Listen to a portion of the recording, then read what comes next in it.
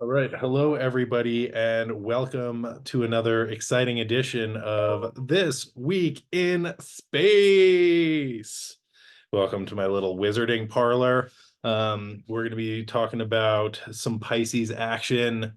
And I don't know, it's kind of a chill week in space, which is maybe nice. Maybe all of us kind of need a break because it's been a little fraught as of late. And I don't know, Pisces season always rocks me. And maybe that's because I'm have a Sagittarius sun and a bunch of Sagittarius placements. So Pisces, another mutable sign, is squaring my sun and Mercury and Neptune and Uranus. But also, I think Pisces is just a little extra. It's the last sign of the zodiac, and there's a lot of kind of letting go and release. And I think with that comes a lot of grief that is kind of encoded in the Piscean archetype. And so I think that Pisces season can be, have some intensity to it, have a lot of feelings. It is a very, right, it is mutable water. And so there is a lot of kind of like moving, shifting emotion involved in Pisces season that is, sometimes a little hard to handle, a little hard to manage, hard to find a container for. And Saturn is moving through Pisces currently. And so maybe that is, for the next, I guess we're in it for another year and a half. Saturn is maybe helping us to create a container to hold all of that shifting emotional Piscean energy. But I don't know, it's maybe hard to tell sometimes, right? And hard to sort of hold I don't know, these fishes moving in their opposite directions, the conscious and unconscious, and all of the kind of emotionality that comes up with Pisces. And I think part of that is this grieving of everything that we have collected in our journey through the zodiac, through the astrological year, and then realizing, okay, like time to toss it back in the sea and begin again. And I think the ending and beginning can be challenging, right? And there can be grief around that. This is a time of, as we move towards the spring equinox, and a time of resurrection, which is a joyous occasion, right? But in order to be resurrected, we are also like coming out of the underworld. We are completing that catabasis, or that underworld journey. We are completing our cycle, sort of lost in the sauce of the nether regions in the underworld. And I think that coming out and returning can be really challenging. Um, and, I think in order to fully emerge and to fully be reborn, we also have to mourn the parts of ourselves that we had to let go of, that had to die so that rebirth could happen. And I don't know, I'm reminded of a meme where it's like everybody wants rebirth, or everybody wants transformation, but no one wants to go through the death process that is the precursor to transformation. And I think that's really true, right? We all want change, and also, change is really uncomfortable and really difficult, and we don't actually want change. Um, and so I think that Pisces season brings up a lot of these themes. And I don't know, that new moon felt pretty intense. We experienced the new moon early Sunday morning. Um, Hello and welcome. Yeah, we experienced the new moon in Pisces at, I believe, 20 degrees early Sunday morning, which we also had a time change, which has totally messed up everything that I had scheduled. So, I'm appearing here an hour later, well, right on time, but by the way that we have sprung forward an hour later than I usually would. So I apologize if this mixed anybody up. But when we are meddling with time as human beings, this is a thing that happens. And I think that this is an interesting kind of piece. And it talks about kind of the malleability of time and our different ways of kind of thinking about and structuring time. I've been teaching a 8-part class with my partner, Marlena Seven Bremner, about the 7 classical planets, and we just went through the sun and the moon classes, and just thinking about those cycles, right? The lunar cycle, lunar time, the 28-day kind of progression of the moon through the zodiac, going from new to the first quarter to full to the last quarter and back again. And then the kind of solar time, which is sun rises, sun sets, right? 365 days a year, going through the seasons as the sun moves through the cardinal signs. And we're about to have an ingress into Aries, marking the spring equinox, which will be happening, I believe, Tuesday of next week. We'll touch on that a little bit at the end of this video if I get a chance. But, you know, we have these kind of larger cycles that we are a part of. We also have Saturnian time, which I think is more about daylight savings, which is like, this is what we need to make the trains run on time. This is how we need, like, this is how things function, is hours, minutes, you know, these sort of increments, and like, oh, things are out of whack, we need to shift it, we need to add an extra day here. You know, it's the kind of clockwork universe that I think is some more Saturnian time that is still sort of like loosely associated with the you know, natural rhythms and cycles, but can also be like, yeah, you know what, we're just going to lose you an hour. You like sleep, you were really busy already, well, I don't know, you'll readjust, right? Your circadian rhythms will readjust. We're just going to zoink that hour, but don't worry, we'll give it back to you in the fall. And so, you know, I think that there is kind of a malleability of this structured time, of Saturnian time, that I don't know, is a little weird, but I think adds a absurdist and surreal element. And you know, you all know that I love absurdity and some surrealness, or at least I hope you do. Hey, welcome. Good morning. Sorry I'm an hour late. But maybe you know, a wizard is never late and never early. He arrives exactly when he means to. And so, yeah, a wizard is always on time, my friends. Thanks for being here. And yeah, welcome to my Astro Parlor. Just a heads up, I do this report every week on the excellent AstroStar app. AstroStar Live is a free app that you can download wherever you get your apps at.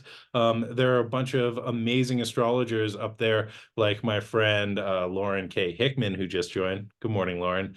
And Sam Reynolds, Michael Bartlett, Moses Sirigar, Cameron Allen, a bunch of really top-notch astrologers who are dropping some excellent astrological knowledge on a regular basis, teaching classes, giving talks, doing stuff like this, also giving readings, and engaging with the people on the app. So if you want to learn more about astrology, or if you're looking for a pretty excellent astrological community, I highly recommend joining the AstroStar Live app. There is a link in my bio. I also have one in my stories. Oh, nice. Nice. Yeah. Their Mama Six said they found me through Lauren's podcast, which I have been a guest on for the full moon episodes. And hopefully when I get less busy, me and Lauren can hook that up again. But text me, text me. So yeah, check me out on AstroStar Live. I do this report every Monday at 11 a.m. Mountain Time, which would be 10 a.m. Pacific Time and 1 p.m. Eastern Time. Oh, sweet. Excellent. Yeah, let's do that. And yeah, except for today where things got a little out of whack because of the time change, but we will get that sorted. Um, and yeah, I bring you the astrological weather of the week, and I also do some other things on AstroStar, giving talks about more specific stuff, and I do readings through AstroStar. So if you're interested in getting an astrology reading, check me out on the AstroStar Live app and follow along. Join me for these weekly talks and the other excellent stuff that I'm dropping, as well as the great astrologers who are also on that app. And so, with all of that being said, let's get into the astrology of the week. Woo! All right, deep breath. And welcome, my friends. Starting off with Monday, March the 11th, which, oh, snap, that's today. We have Venus entering into Pisces, which is the sign of Venus's exaltation. And Venus will be in Pisces all the way until April the 4th. So soak it up, get it while you can, because Venus is well positioned in Pisces. Exaltation is a form of rulership or a form of dignity, let us say. It is not the place where a planet is at home, right? Which would be for Venus, that would be Taurus and Libra. Those are like we can think about those as the Airbnbs, right? That Venus owns, or their guest houses, right? That when they are traveling through the zodiac, they arrive there and they're like, ah, I'm home. I got my stuff. Exaltation is another sign of dignity, but it's different than like rulership or ownership or domicile. Exaltation is a place where a planet is raised up by a community. So we can think about this as in Pisces, Venus got their people there, right? So Venus shows up in Pisces, and the Piscean people are like, "What up?" Right? We've been cooking your favorite dishes, you know. We've got all the stuff that you like, and it's a community, right? Like a vibe where a planet is lifted up. And some of the kind of traditional astrologers have said that exaltation is even more powerful than rulership. I would urge you to do your own research on this, but a planet in exaltation is feeling pretty good. And I think also what this means is there is more of an ability for the planet to achieve its goals. And the goals of Venus, some of them, as I see them, are feeling good and looking good, right? Venus wants to have nice things, wants to look good, wants positive attention, wants to feel seen, wants to feel appreciated, wants to feel loved, and wants to spread love and bring like beauty and love into the world. And Pisces gives an opportunity for Venus to achieve these goals. Or it like removes some of the roadblocks, mostly through having a community that lifts this planet up.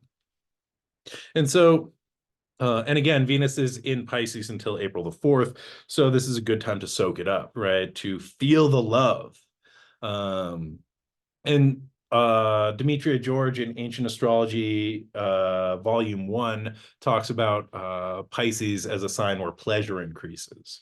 And so Venus in Pisces is like, oh, it feels good to be here, right? It feels good to just lay around and dream and daydream and be creative and kind of tune into the transpersonal Piscean waters of creativity.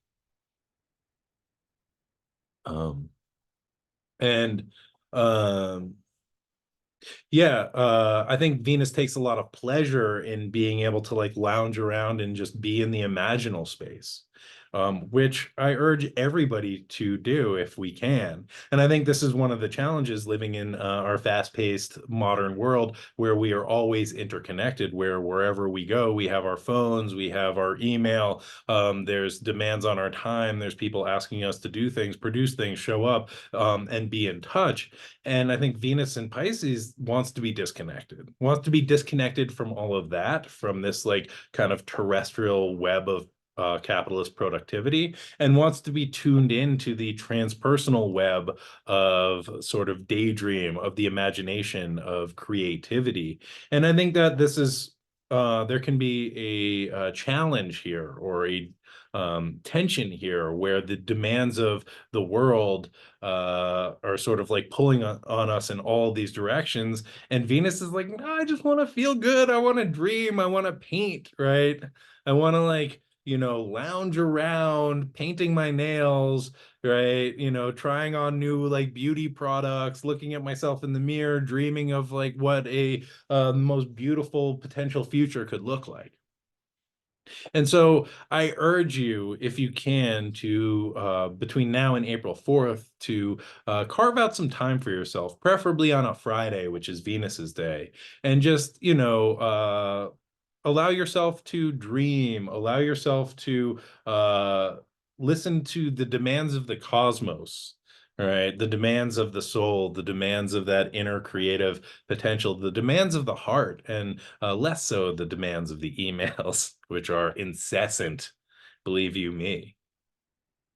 Um, and I think that there's also this sort of piece of Pisces which is transcendent, right? It is the realization that we are connected to something beyond the self, and I think that love is a conduit for that, right? And this is just my personal belief, right? I'm gonna put it out there, but I think that love is the sort of boson particle of the universe, right? It is the how do I want to say this, the invisible substrate that we are living in is this like vibration of love, right? I know that sounds like kind of woo woo, kind of cheesy, kind of out there, but stick with me, right? I think that we are like moving through a field of love and compassion, and when we tune into that, like ways open, right? And when we are closed off to that, I think that the way shuts down or closes, or things become much more challenging. And I think that Venus entering into the sign of their exaltation in Pisces is able to tune into that frequency of love as a fundamental principle of the universe, as that gravitational force that like holds everything together and keeps everything in motion. And this is, if we look into the mythology, Venus, Aphrodite, predates the Olympians, right? They are born from the castration of Ouranos, where his junk is thrown into the water, and Aphrodite is born from the castration foam, right? And is sort of one of these primordial forces that helps the universe to coalesce, right? Helps the world that we know to be born through the principle of love, through the principle of eros, through the principle of desire, right? And love and attraction is the principle that pulls everything together, that keeps this world from shattering apart or fragmenting, that keeps the psyche from fragmenting. The gravitational force of attraction is what helps everything to cohere and coalesce. And I see this as the principle of love, right? It is a Venusian principle. And so I think that as Venus moves into Pisces, we are able to tune into that Venusian quality, that attractive quality as a universal principle, and we are able to recognize love as a conduit that brings us to the divine. Also, this goes both ways, right? Because Aphrodite was one of the gods that really liked to hang out with mortals, right? It was Zeus and Aphrodite are the ones who are talked about most as intermingling with us mortals. And in terms of Aphrodite or Venus, right? I think that this really speaks to love as a way that, as a conduit between Middle Earth, right? Our realm, the realm of the mortals, and the realm of the divine, the Olympian realm, right? And love, Aphrodite, the principle of attraction and love, right, comes down from Olympus and hangs out with us, inspires us. Sometimes it gets us to do wild things. Sometimes it derails us, right? But it is this sort of divine principle that we are in communication with, or is in communication with us, that strikes us, that we are able to sort of connect with. And this speaks to it not being like something that is far away, that is not like out of reach, that is not this ideal that we are always striving towards, but it is something that we are able to participate with and in. And I think that we are able to communicate to the divine realm through the conduit of love, through this attractive principle of Aphrodite. And I think that the divine realm is able to inspire us through love, through these, through Eros, right? Through the arrow of Cupid hits us, and we are struck with this divine inspiration. And I don't think that this is just about, interpersonal love. I think that this can also be anything that we appreciate, anything that lights us up, anything that we fall for, right? This can be the creative act, which I think is a great way that Venus is able to inspire us to connect in with that divine principle, the transpersonal interconnected oneness, right? When we are in the flow state of creation, whether that is planting things in a garden, or weaving, or drawing, or making music, or dancing, right? These are all kind of Venusian things that form a conduit to that flow state that I think really gets us in touch with our own divinity and connects us to the divinity of the beyond, of the Olympian realm, of the, I don't know, however you want to think about that, whatever divinity means to you. And so I think that we are able to tap into that transpersonal realm through pleasure, through creativity, through love, right? Whatever these things mean to you. But you know, there's a lot of like spiritual talk around renunciation, and I think that has a place also. And I think that Pisces has a lot to do with renunciation. And then Venus shows up, and Venus is like, "Oh hell no!" Right? We're gonna feel good. I'm going to inspire you to experience pleasure as a way of connecting with the divine. And I think about, you know, the ecstatic cults of Dionysus or Orpheus or, you know, any of the kind of ancient ecstatic cults, which are the ways that people were able to have this embodied experience of the divine through, yeah, ecstatic experience and through pleasure. Uh, yeah, Venus is exalted in Pisces. That, yeah, that's what I'm talking about. And the sort of power that we get, the ability to tune into Venus or into the divine through Venus's exaltation in Pisces. Thanks for bringing that in. Um, and yeah, so I think that we get to Venus is like, you know what, throw all that like fasting out the window, throw all that renunciation out the window. Like, we're gonna have sex, we're gonna eat food, we're gonna make art, we're gonna dance, we're gonna listen to music, we're gonna really enjoy ourselves, and this is what's gonna bring us closer to God. Right. So I think that is just something that we can think about, you know, take that as you will, but that's how I sort of experience or I imagine Venus's exaltation in Pisces is like a cult of pleasure. And I'm not talking about like hedonism, but I'm talking about like pleasure and joy and love as a way of getting us in touch with the divine. Right. And being able to call that sort of divinity of Aphrodite, of love, of pleasure, and creativity into our lives as a way of connecting with the transpersonal, right? When we are in that creative state, when we are in ecstasy, we sort of like lose the sense of self, that ego identity, for better or for worse, right? And I think that that through pleasure offers us a level of transcendence, and I think that's what Venus is kicking to us as she moves through Pisces. And again, that's going on until April the 4th, and so yeah, just a little bit of time to soak it up. And again, Venus's day is Friday, so if you want to tune into some Venusian energy, get creative, do some dancing, experience some pleasure as a way of tapping into the divine realms and the Olympian realms, more power to you. Okay, moving on.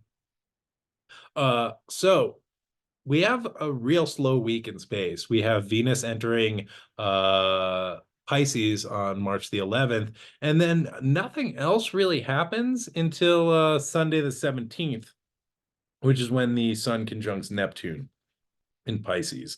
So we got a real Pisces week here. But you know, because Venus enters Pisces today. Thank you, Leslie. Yeah, Monday, March the 11th. So yeah, welcome Venus. Okay, so yeah, we don't have anything really going on until the end of the week, until Sunday when we get the conjunction of the Sun and Neptune at 27 degrees of Pisces.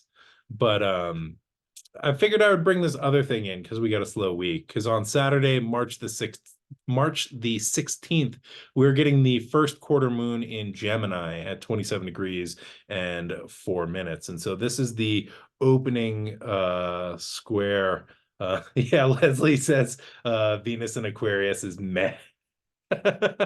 Yeah, you know, Saturn ruled sign of Aquarius is not as exciting as the Jupiter ruled sign of Pisces for that Venusian energy. And I think Jupiter gives a lot of expansion where Saturn tends to bring restriction. And exaltation is a great place for a planet to be.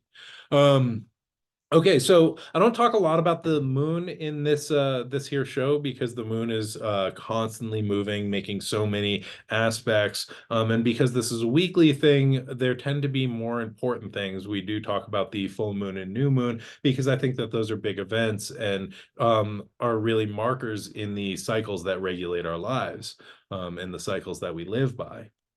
And they sort of lend a flavor to the cycle, right? So we just had the new moon in Pisces on Sunday morning, and so that Piscean flavor, right, that is a seed that is planted in Piscean soil or water, if you will, right, that will sort of flourish and grow and change and evolve, right, until it comes to culmination at the full moon, and then it'll be readjusted and released and whittled down until we get to the next new moon.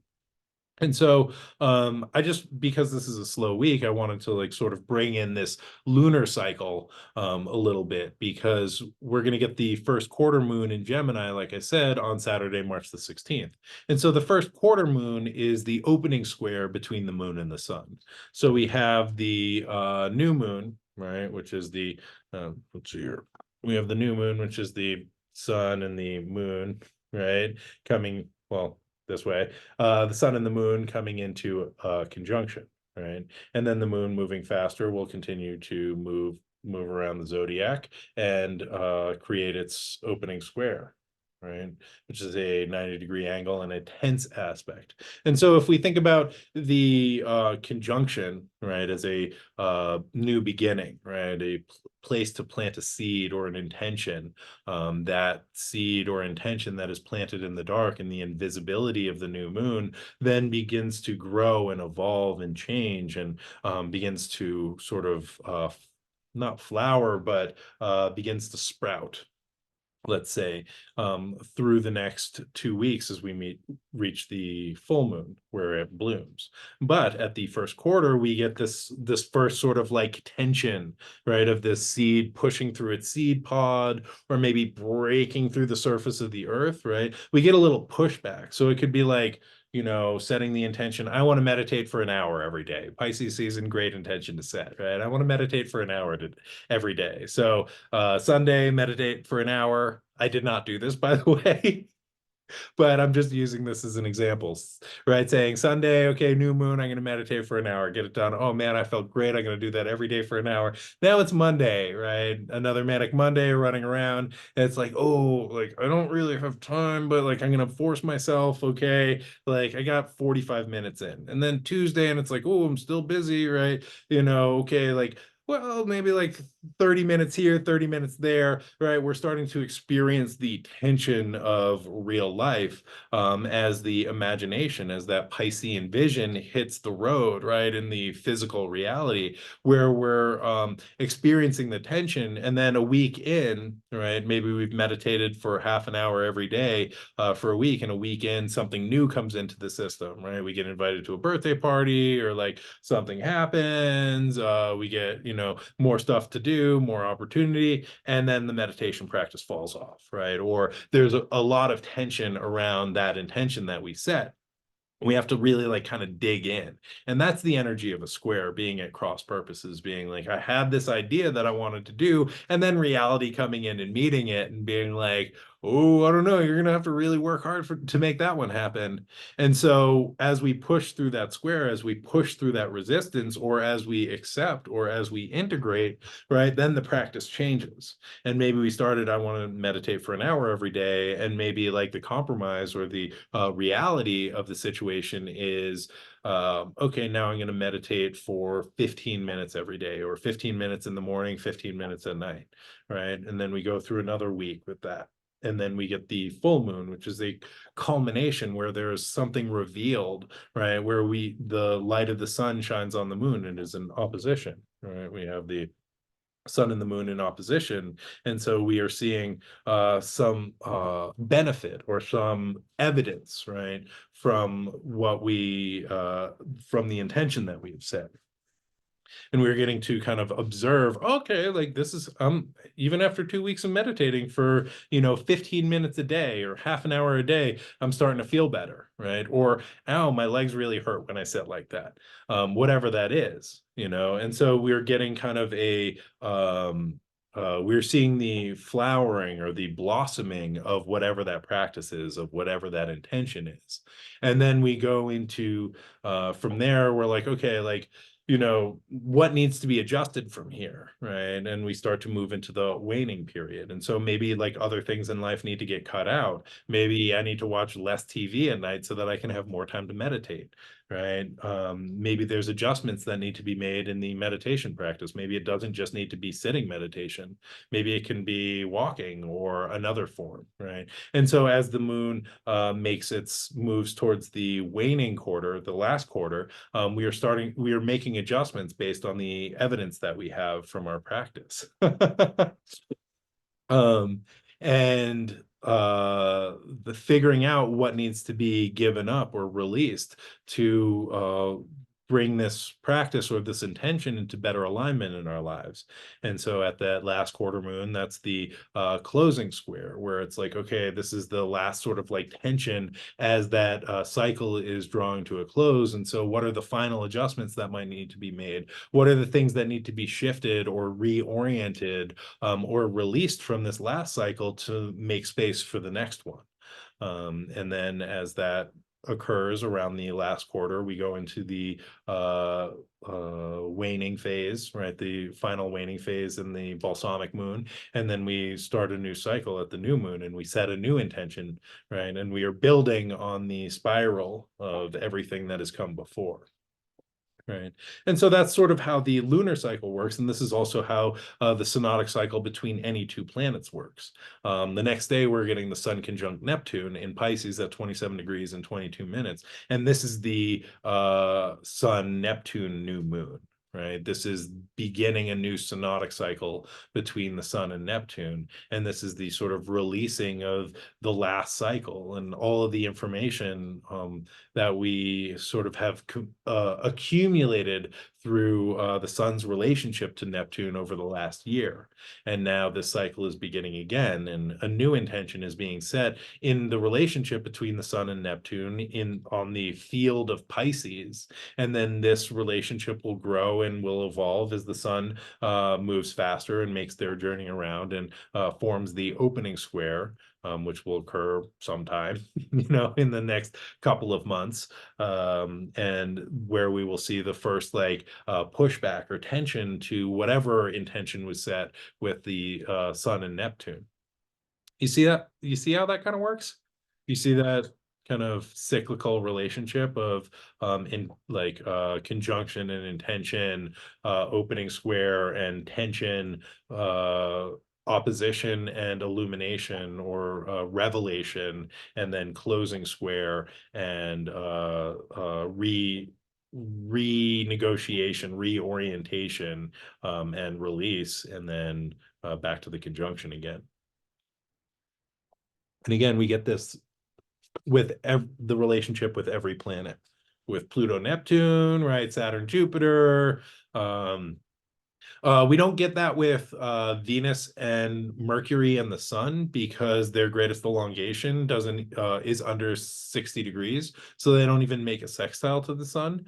And so the Venus and Mercury relationship with the Sun is about the conjunction, right? Is about the retrograde cycles and the conjunction and sort of swinging back and forth like this, instead of the full cycle where we're getting squares and oppositions. And so the superior and inferior conjunction for Mercury and Venus play the roles that the opposition would, and the kind of greatest elongation in either way plays the roles that the square would.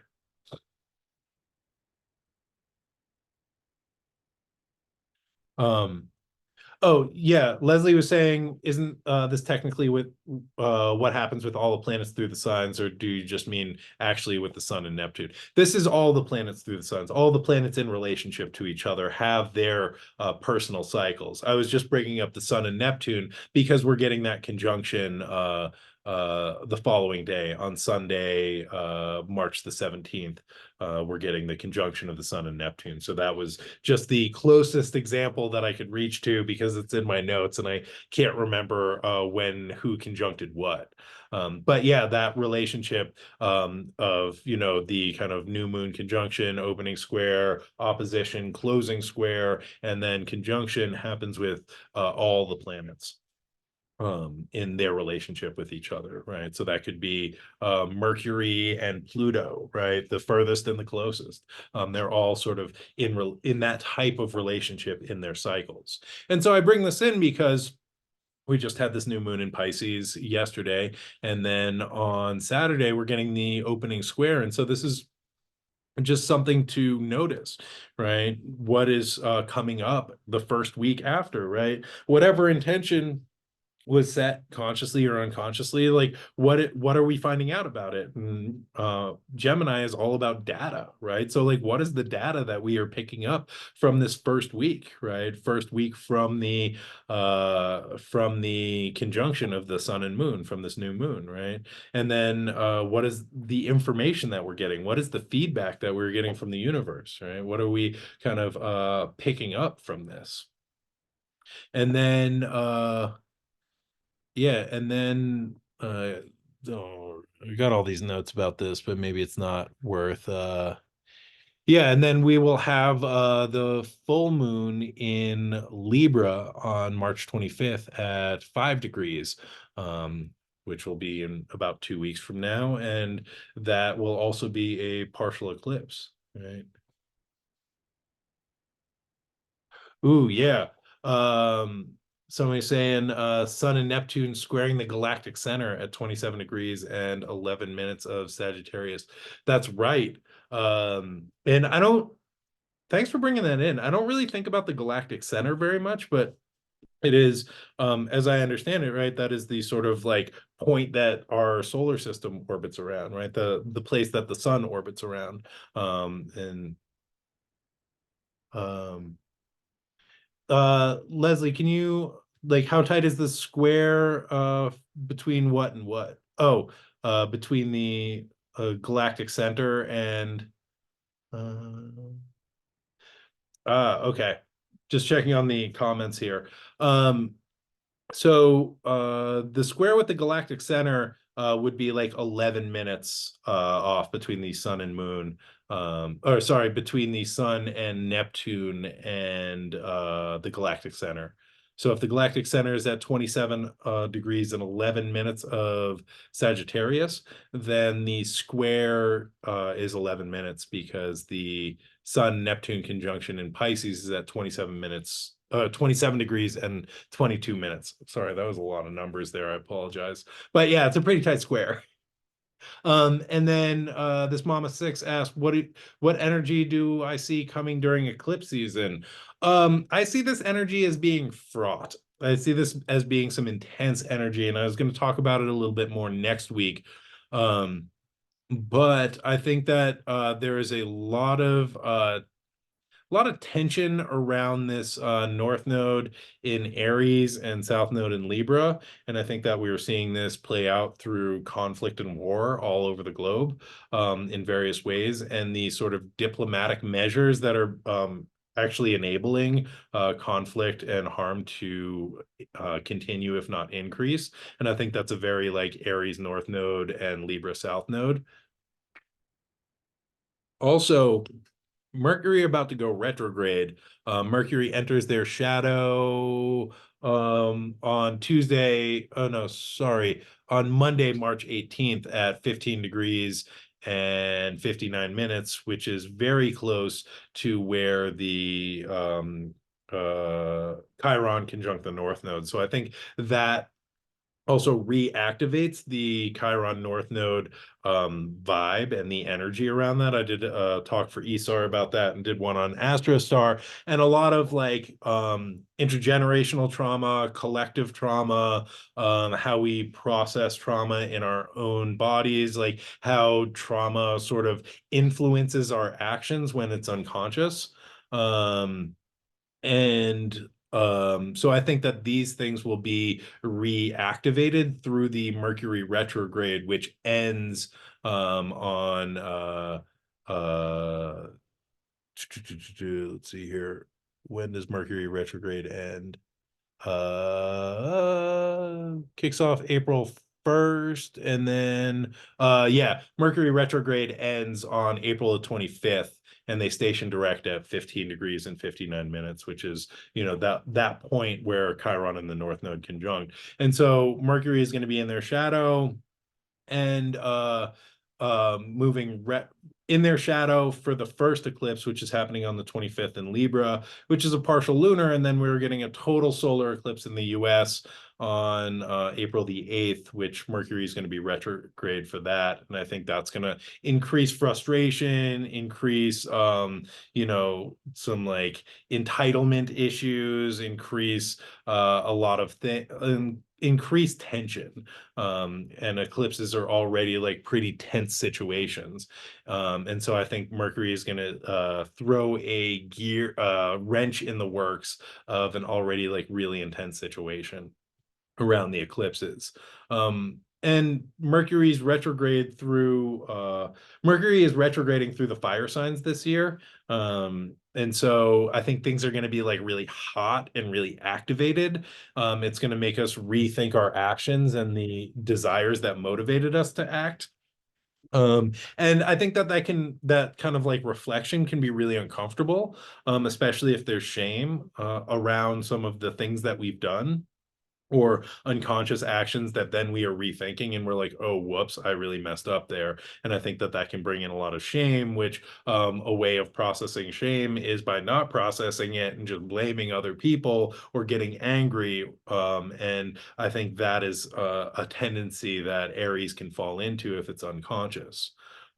So all of that to say, like, I think the conditions are ripe for this eclipse season to be really intense.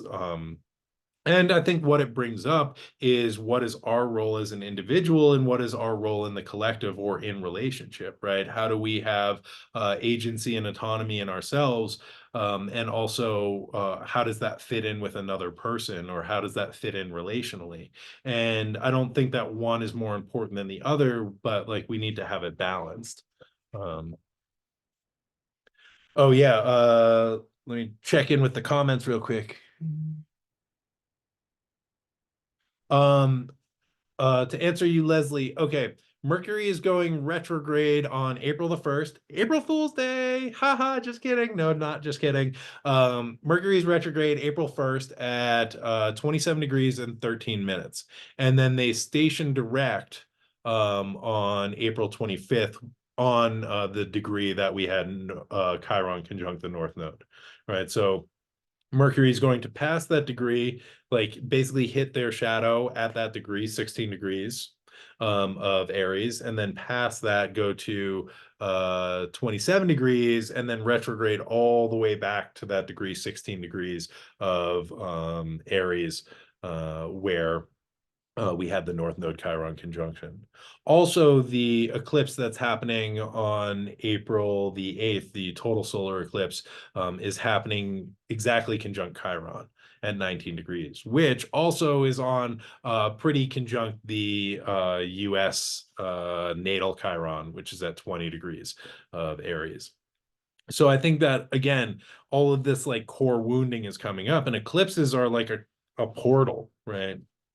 Where sort of the fabric of space and time is ripped open and the dragon comes through is a way that we can think about this and devours the sun. And when these events happen, it tends to be fated. It tends to be pretty extra. And I think Chiron being up in the mix brings a lot of opportunity, one for healing, and that is the ideal, but also healing sometimes requires some rewounding, right? It requires kind of opening up the wound to like set the bone, right? Or to clean it out.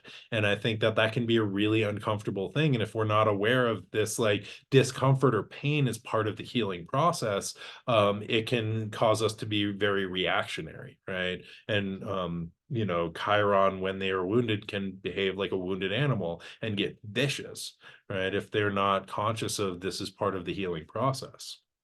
And so, you know, I think that being able to give ourselves space to kind of experience what's coming up, because the energy of an eclipse is like pretty all consuming. It is electrical and it just like sort of rocks us, right? Especially a total solar eclipse, which I've never gotten to witness. And I don't know if I actually want to. I watched the partial one in New Mexico in the last eclipse season, and it made me feel really gross.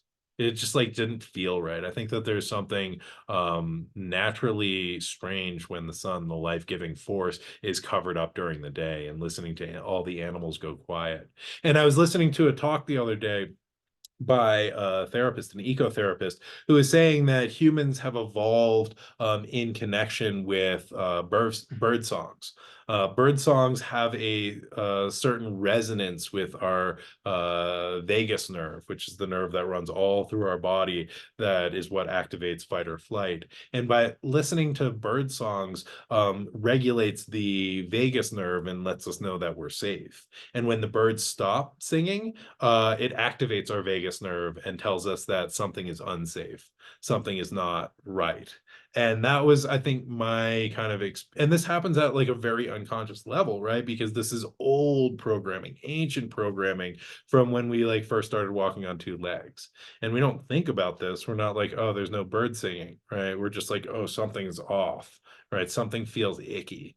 And I think that was my experience of like witnessing this yeah, bird box. Um, uh, this solar eclipse, is the birds went quiet, and I was like, oh, something is amiss. Something feels really wrong in my body. Um, and so I just wanted to put that in. Uh, Yeah, their Mama Six says that they're planning a ceremony for the eclipse, but they're not going to look at it, and that they're going to meditate during it.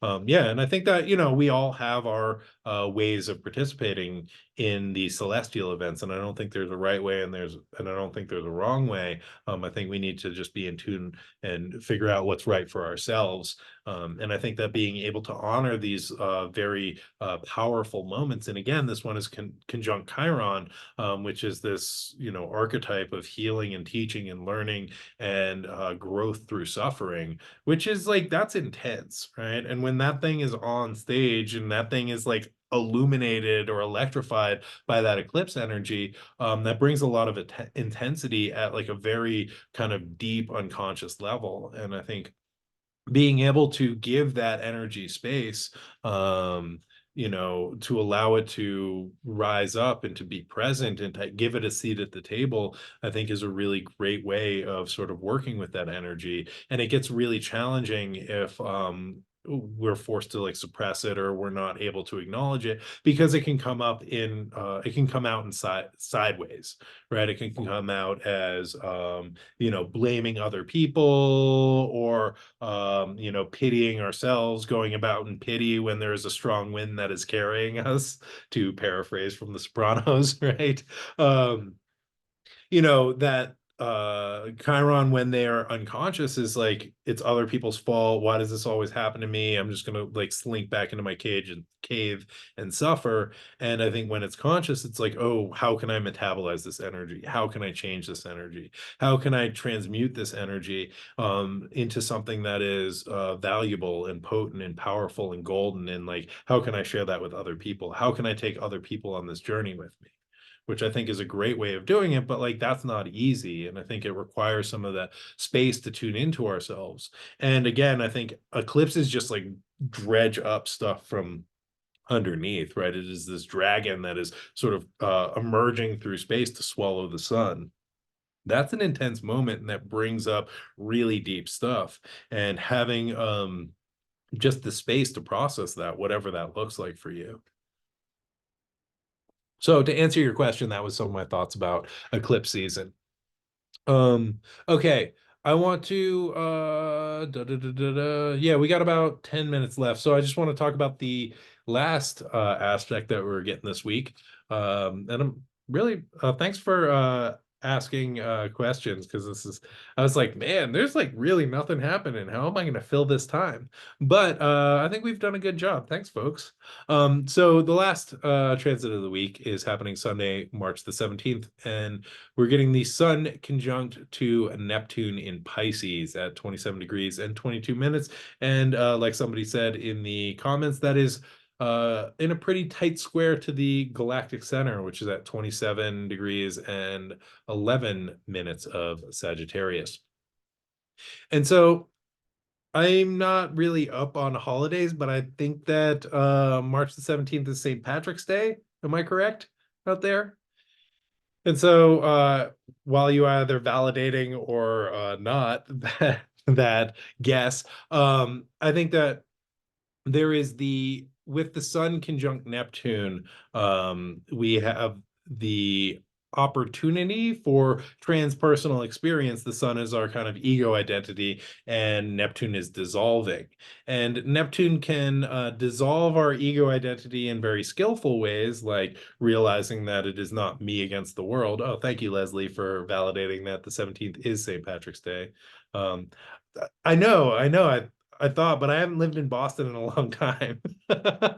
Just wanted to make sure. So, Neptune can dissolve our sort of like ego identity in skillful ways. One being, recognizing that we are connected to the interconnected web of life, and that we are, sort of part of something bigger than the self. And I think this is the ideal of Pisces and a lot of what the gift of what Neptune has to offer us. However, it can also dissolve our ego identity in unskillful ways, in losing sense of ourself, getting swept away by the collective or by the crowd. And I think inebriation is one of the ways that Neptune can function, and the Neptune in the Sun. And this can be like, oh my God, everything is too much. And there is St. Patrick's Day, and I'm going to party like there's no tomorrow. And dissolve my identity through green beer in this sea of people, which can be great, but also, I can see multiple ways that that might not be the best thing.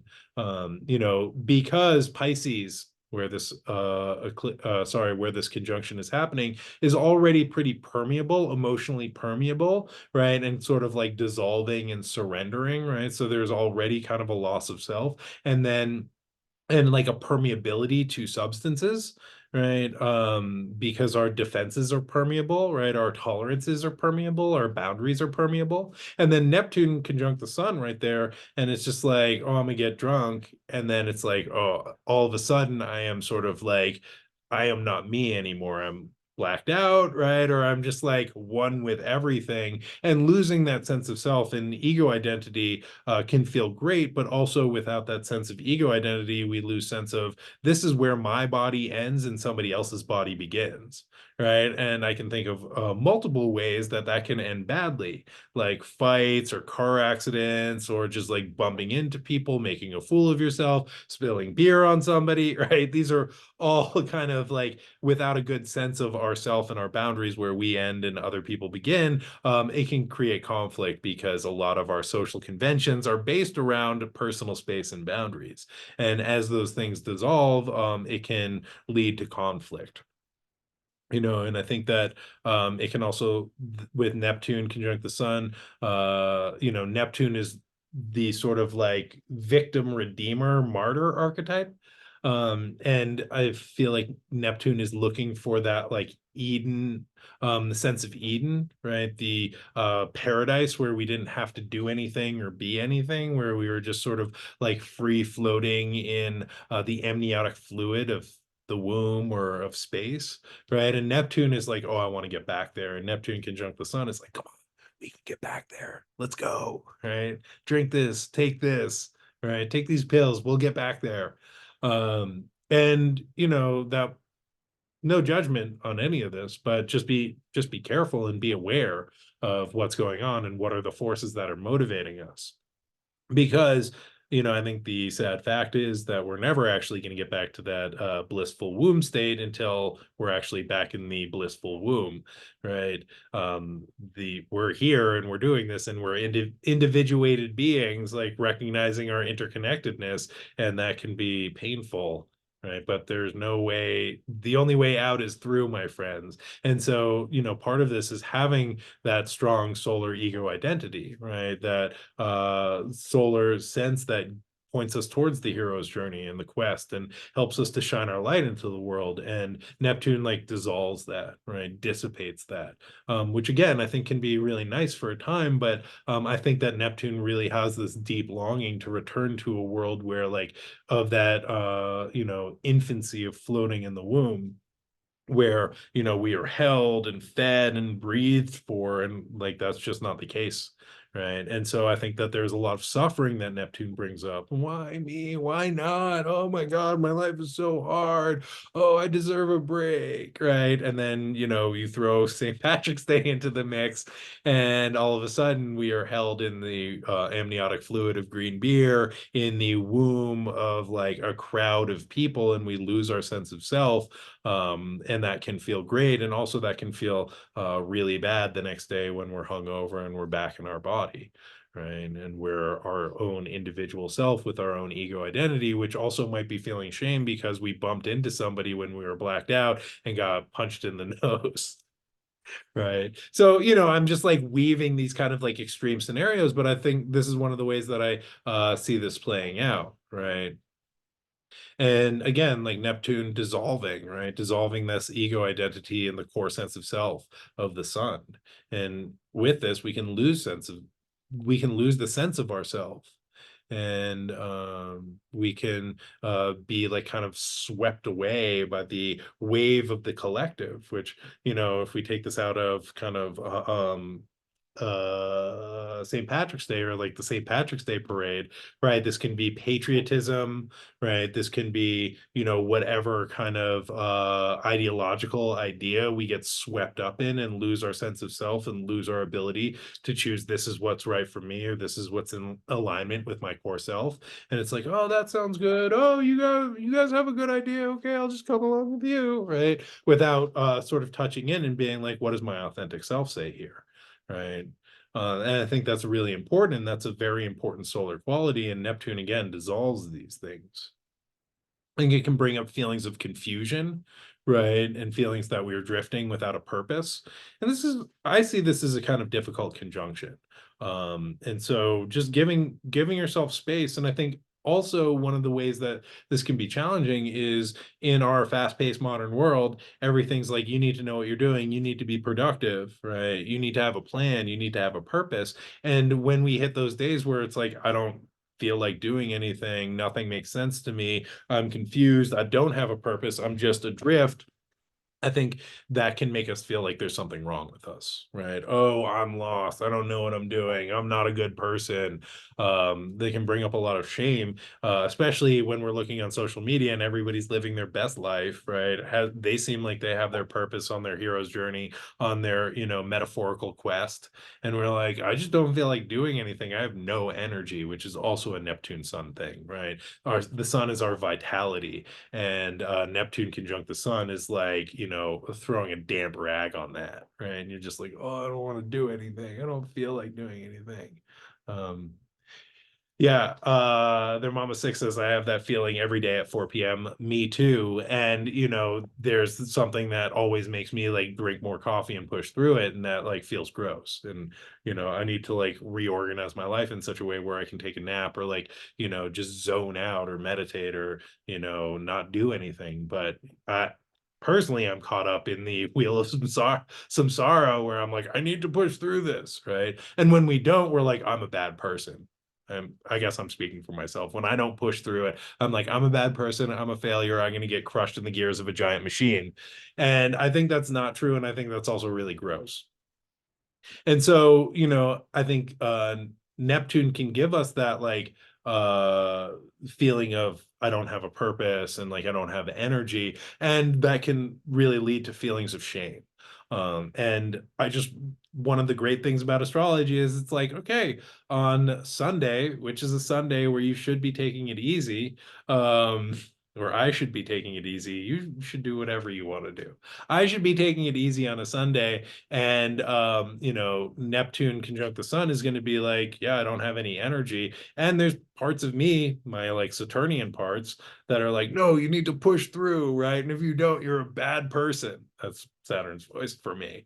And I think that to give ourselves a little space, to give ourselves a little grace, to recognize, okay, like this is, a thing, this is a collective vibe that we get to experience of, I want to like lay around and dream. And again, coming back to where we started, with Venus entering Pisces, this can be a great way of connecting in with pleasure, in with the divine, in with our innate creativity. Um, Oh, this person says, I also associate Neptune with anxiety. Is this accurate?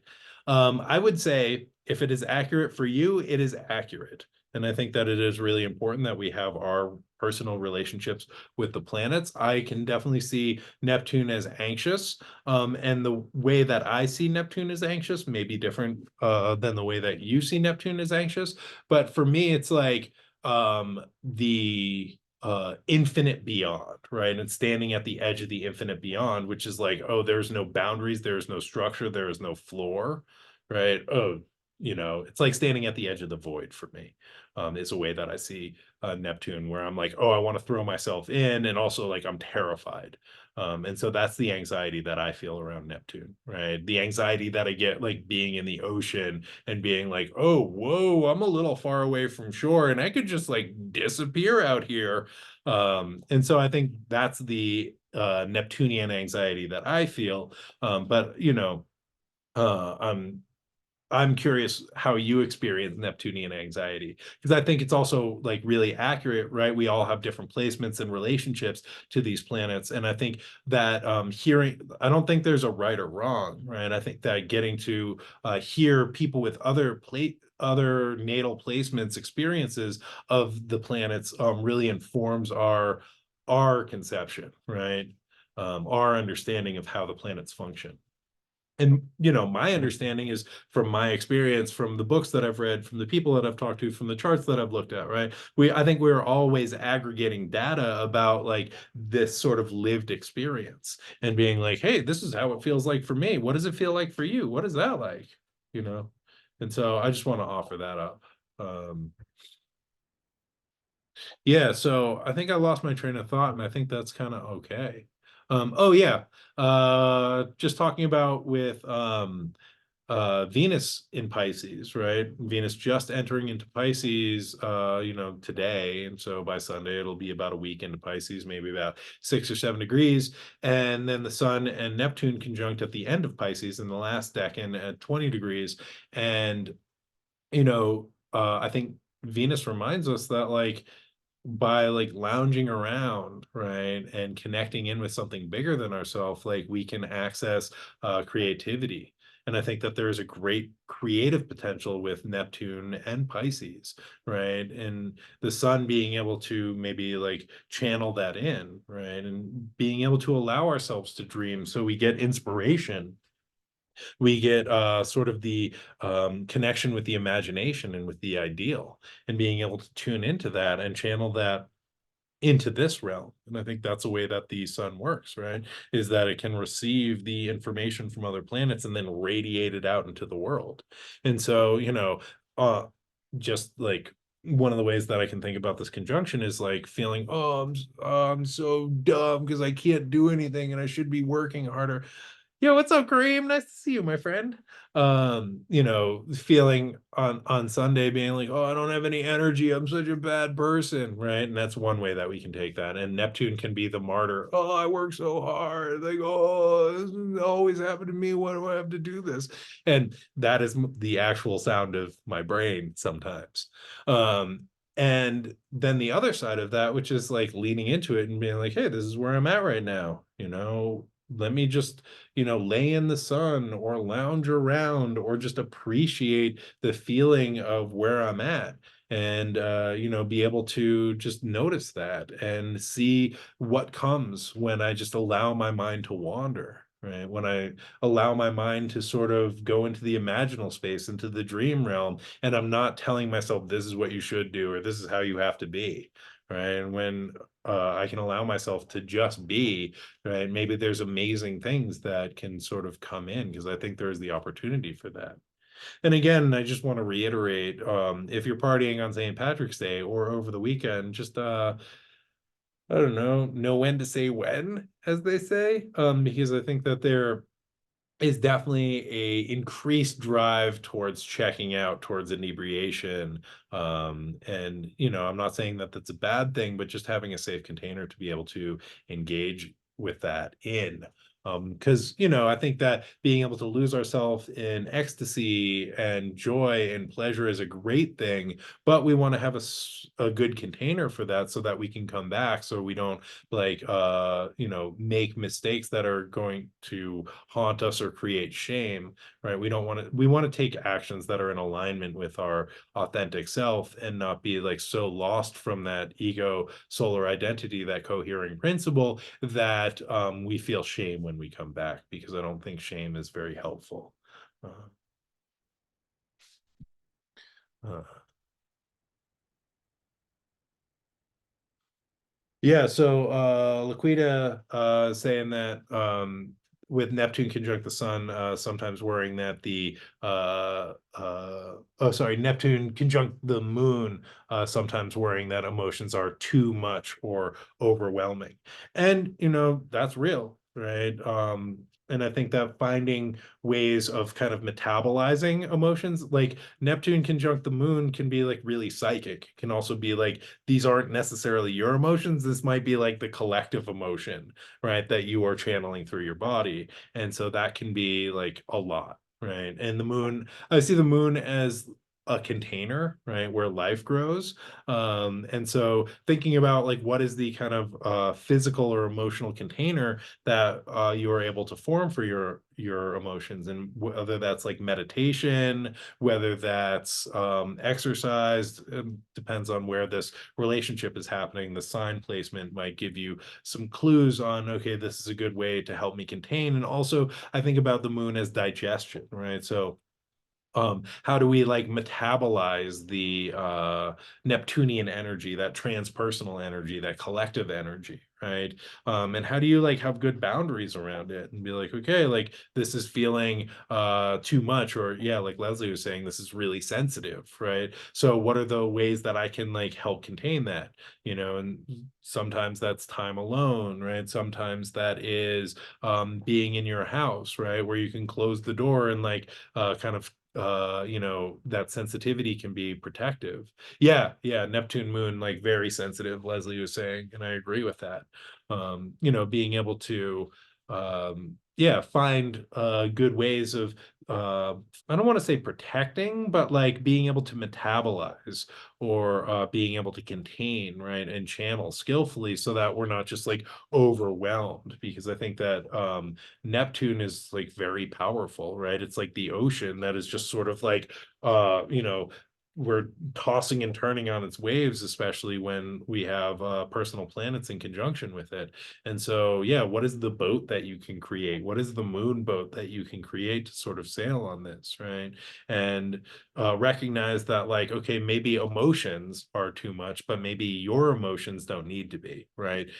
Maybe like you can take a cup of ocean water and hold it, and that like can contain the vibe of the ocean, but you don't need to figure out how to hold the entire ocean, because that can be really frustrating.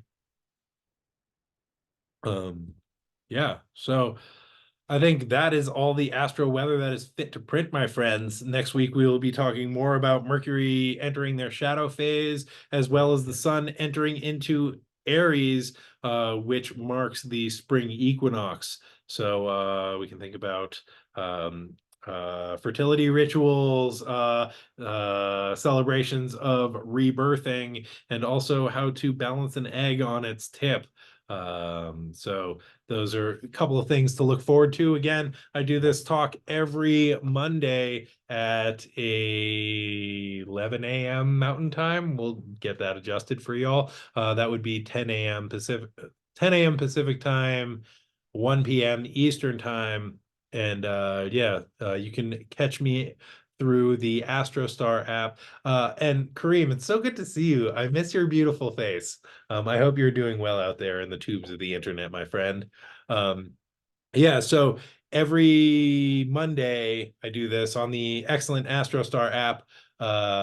You can find AstroStar Live anywhere you get your apps at. I am an advisor on that app as and there are other excellent advisors who do great astrological talks similar to this one, but about different subjects. We have a lot of evolutionary astrologers and Vedic astrologers as well. There's Moses Sirigar, Tara et al. Bunch of people who have spoken at NORWAC who are like up there. Sam Reynolds is another one, Michael Bartlett, people that I'm like, damn, like y'all are real astrologers. And I'm very honored to get to share the stage with them. And so, yeah, check out the AstroStar Live app. It is free and it is a great way of connecting with some great astrologers. And it is a pretty fantastic astrological community, which is really supportive. So you can get that where you get your apps at.